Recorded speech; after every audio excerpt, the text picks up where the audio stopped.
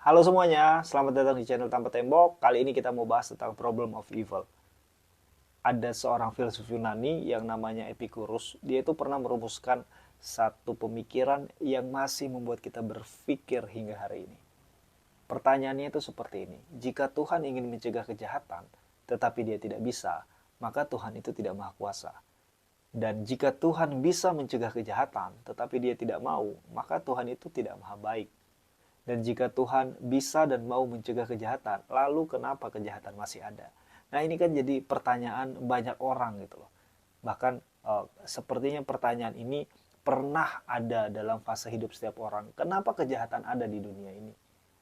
Teman-teman mungkin pernah lagi merenung, lagi mikir gitu kan.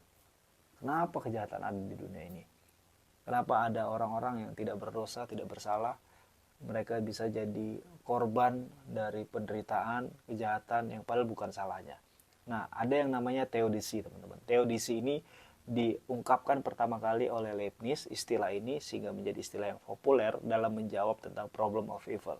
Leibniz sendiri mengatakan bahwa kejahatan dan kebaikan itu harus ada di dunia ini. Karena kenapa? Dunia tempat kita tinggal ini adalah dunia terbaik yang mungkin terjadi. Kejahatan yang ada di dunia ini itu memiliki tujuan yang lebih tinggi, yang terkadang di luar pemahaman kita. Untuk saat ini, ada 3 teodisi umum yang sering diajukan untuk menjawab tentang problem of evil ini. Kita akan bahas 3 poin ini. Yang pertama adalah free will theodicy, yaitu teodisi kehendak bebas. Ada seorang filsuf Kristen, Alvin Plantinga. Saya punya bukunya, teman-teman. God, Freedom, and Evil. Plantinga ini berpendapat bahwa kejahatan ada karena manusia memiliki kebebasan untuk memilih. Dan kadang-kadang pilihan manusia itu salah. Sehingga menimbulkan yang namanya penderitaan dan kejahatan ini.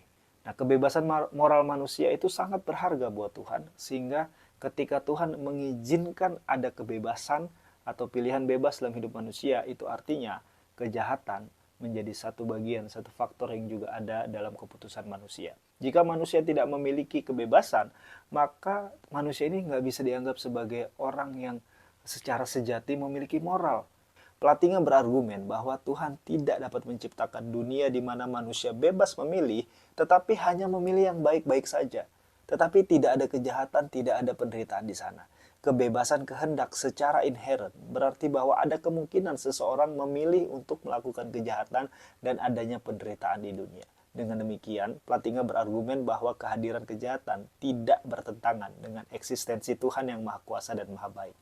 Ini adalah satu penjelasan yang diajukan oleh Plantinga untuk menjawab kenapa ada kejahatan, dan ini membuat kejahatan dan kemahabaikan dan kemahakuasaan Tuhan bisa berjalan secara linear.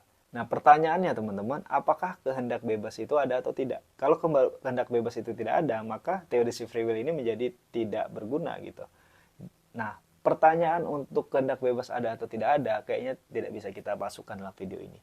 Mungkin akan ada video lain gitu ya yang akan membahas tentang hal ini. Mungkin untuk sesuatu untuk dipikirkan begini, teman-teman. Kalau memang kita punya kehendak bebas, maka segala apapun yang muncul dalam pikiran kita untuk kita memutuskan sesuatu, itu kita yang menentukan. Masalahnya adalah kita tidak tahu kenapa sesuatu itu ada di dalam pikiran kita. Misalnya nih, kita ingin coklat atau kita ingin vanila. Kalau kita ingin coklat, kenapa kita ingin coklat? Kan pasti ada pikiran dulu nih di dalam kepala kita yang mengatakan saya ingin coklat. Nah, kalau teman-teman berkata, oh pikiran ingin coklat ini random aja muncul gitu, maka kita berarti tidak bisa menentukan hal itu karena kan random, muncul aja tiba-tiba. Dan kalau teman-teman mengatakan, oh ada yang menaruh pikiran itu, misalnya Tuhan atau alam semesta dengan hukum-hukumnya, menaruh pikiran itu sehingga kita bisa memikirkan sesuatu dalam waktu yang tepat, pikiran seperti itu, maka itu juga kan artinya kita tidak memiliki kehendak bebas. Berarti kehendak bebas ini masih menjadi sesuatu yang harus kita pertanyakan lagi. Apakah kita punya kehendak bebas? Lalu ada teodisi yang kedua, yaitu soul making theodicy. Ini juga seringkali diimani, diterima oleh umat-umat beragama, orang-orang yang percaya Tuhan, Karena inti dari soul making tendency adalah penderitaan itu merupakan alat untuk pengembangan jiwa manusia. Tanpa tantangan, ujian, dan penderitaan, tidak ada pertumbuhan jiwa, tidak ada kematangan spiritual, tidak ada kehidupan yang lebih mulia lagi. Pandangan ini menganggap dunia ini bukan tempat yang sempurna, tetapi merupakan satu tempat di mana kita dibentuk, dikembangkan. Contohnya teman-teman, misalnya teman-teman mengalami ujian akan sesuatu ya. Ujian ini untuk mendatangkan kebaikan yang lebih besar lagi. Misalnya teman-teman melamar pekerjaan, lalu teman-teman ditolak karena mungkin teman-teman tidak sesuai dengan kualifikasi dari pekerjaan ini. Lalu akhirnya karena sedih, kecewa, teman-teman memutuskan untuk membuat bisnis. Dan ternyata bisnis ini laris, sukses, teman-teman jadi kaya dari bisnis ini. Kekayaan yang teman-teman dapatkan dari bisnis ini bahkan tidak akan bisa teman-teman dapatkan kalau teman-teman bekerja, diterima sebagai karyawan. Teman-teman kaya dari bisnis ini adalah kebaikan yang lebih tinggi, gitu kan. Jadi penderitaan yang teman-teman alami itu semuanya dimaksudkan untuk membawa kepada kebaikan yang lebih besar ini. Nah, masalahnya adalah bagaimana dengan penderitaan yang tidak mendatangkan manfaat, tidak mendatangkan faedah, tidak ada alasannya begitu. Kan ada ya teman-teman ya, penderitaan yang terjadi itu meaningless, tanpa makna. Kita nggak tahu kenapa penderitaan seperti ini terjadi.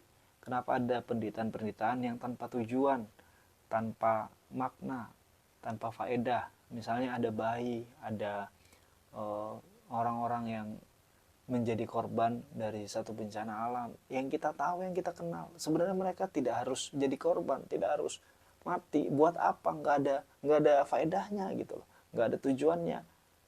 Seperti ada gempa bumi, kebakaran, lalu yang tewas itu begitu banyak orang. Kenapa harus begitu banyak orang? Kenapa harus begitu banyak korban? Kenapa ada hal-hal yang ini tuh nggak harus sampai seperti itu sebenarnya?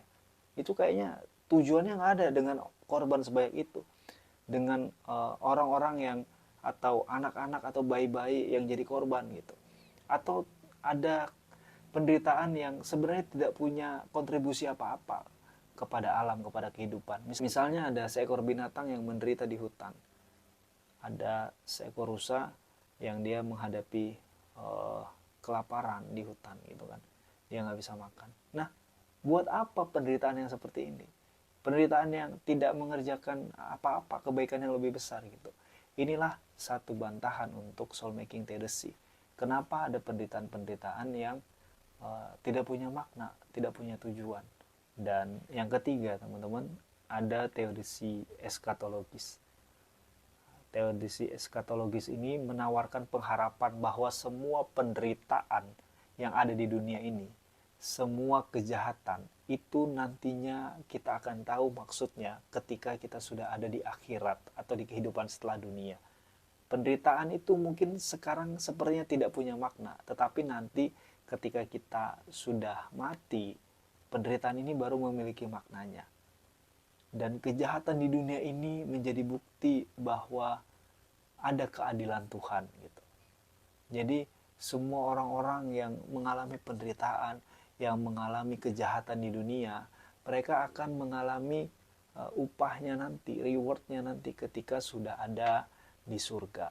Nah, pandangan eskatologi ini akhirnya membuat orang-orang memiliki pengharapan bahwa semua penderitaan, semua kejahatan yang terjadi di dunia ini akan ada balasannya kelak.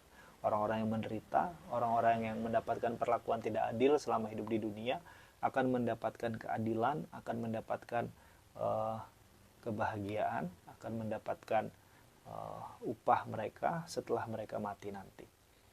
Nah, kalau teman-teman kira-kira teodisi mana yang sesuai dengan nilai hidup kalian? Coba share di kolom komentar. Sampai kita ketemu di video selanjutnya.